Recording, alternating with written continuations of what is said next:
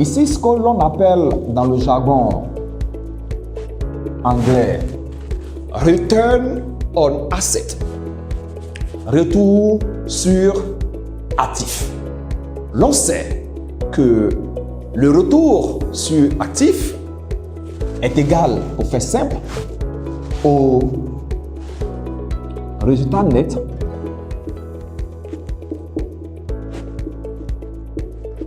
sur total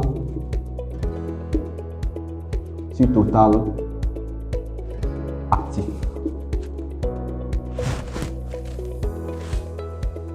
Retour sur actif, return on asset, est égal au résultat net sur total actif. Mais regardez quelque chose. Ce résultat net sur actif peut être décomposé autrement. Ça peut nous donner cette expression chiffre d'affaires sur total actif multiplié par résultat net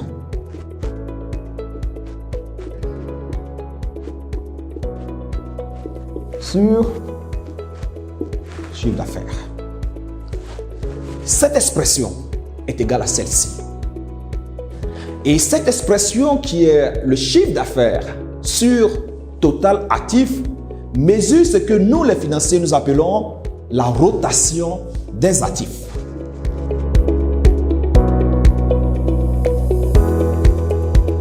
Ça demande en jargon simple.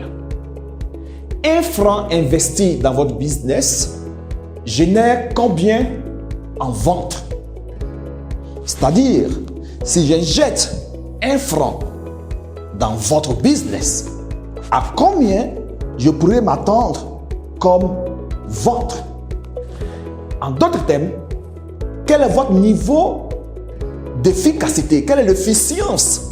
Quel est l'usage que vous faites optimal, l'usage optimal de vos actifs? Comment est-ce que vous utilisez les ressources de l'entreprise? Les possibilités que vous avez. Vous êtes une entreprise industrielle? Quel est l'usage que vous en faites de vos machines?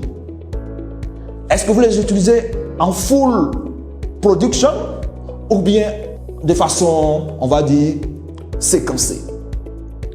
D'où la notion de productivité. Cette expression parle de productivité, efficience, rotation des actifs. Et ici, l'on va appeler cette expression résultat net sur chiffre d'affaires, l'on va appeler ce rapport profitabilité. Eh bien, quelle est la proportion de votre résultat net par rapport à votre chiffre d'affaires?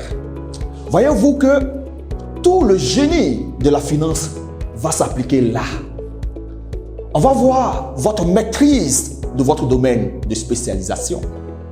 Jusqu'à quel point vous domptez, vous maîtrisez vos charges variables, vos charges fixes. On va regarder, est-ce que vous détenez une technologie qui vous permet de pouvoir avoir une longueur d'avance en termes de tracking des coûts?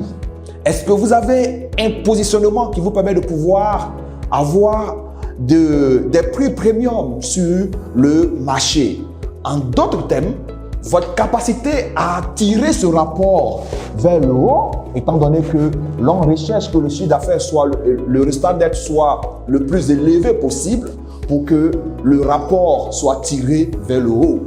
Ici, voyez-vous que la profitabilité, ce n'est pas forcément la croissance du chiffre d'affaires. Parce que si le chiffre d'affaires croît et que l'on n'a pas une bonne maîtrise de la structuration interne qui permet de pouvoir dompter les charges, on aura toujours un résultat émanant de ce rapport qui sera toujours faible.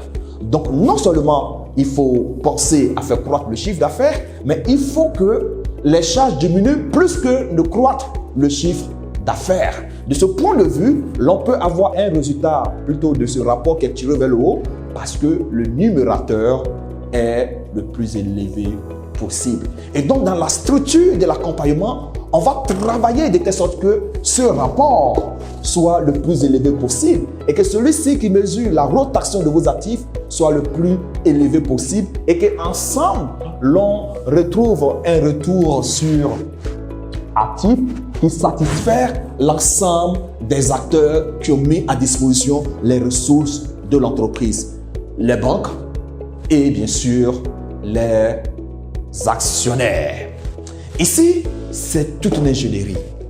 C'est de là que l'on se tagle d'apporter l'accompagnement à l'expertise dont les chefs d'entreprise ont besoin pour aller de l'avant.